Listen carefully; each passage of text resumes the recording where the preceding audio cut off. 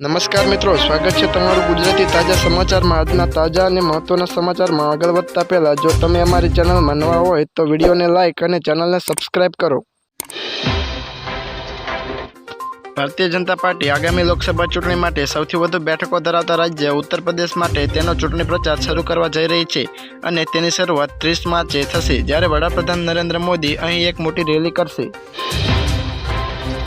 સરકાર buffer stock દ્વારા ખેડૂતો પાસેથી 5 લાખ ટન ડુંગળી ખરીદશે। સરકારે નોફેડ અને એનસીસીએફને રવિ સિઝન માટે ડુંગળીની ખરીદી શરૂ કરવા સૂચના આપી છે। કેન્દ્રીય માર્ગ અને પરિવહન મંત્રી નીતિન ગડકરીએ ટોલ ટેક્સને લઈ મોટું નિવેદન આપ્યું છે।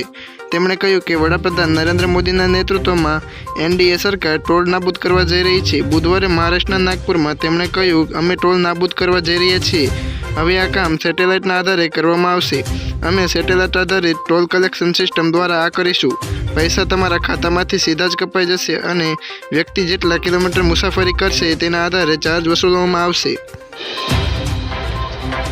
કોંગ્રેસ છોડીને જનારા કાર્યકરોને કોંગ્રેસના નેતા પરેશ ધાનાણીએ ટકોર કરી હતી કે કોંગ્રેસ છોડીને જનારને હવે પરત લેવાના નથી।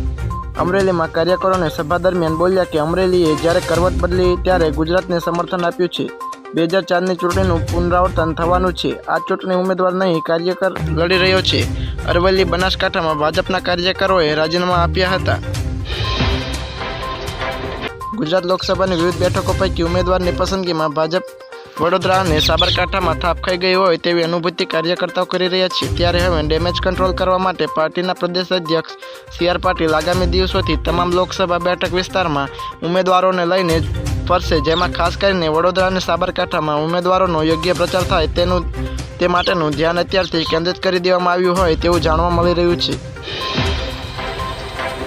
કોંગ્રેસમાંથી રાજીનામું ધરીને ફરીથી વિધાનસભાની ચૂંટણીમાં ઉતરેલા સીજે ચાવડા સામે રોષ જોવા મળ્યો છે। વિજાપુર વિધાનસભાની બેઠક માટેની પેટા ચૂંટણીમાં ભાજપના ઉમેદવાર તરીકે સીજે ચાવડાને જાહેર કરવામાં આવ્યા છે। આ દરમિયાન હવે સીજે ચાવડા સામે વિરોધના સૂર જોવા મળી રહ્યા છે।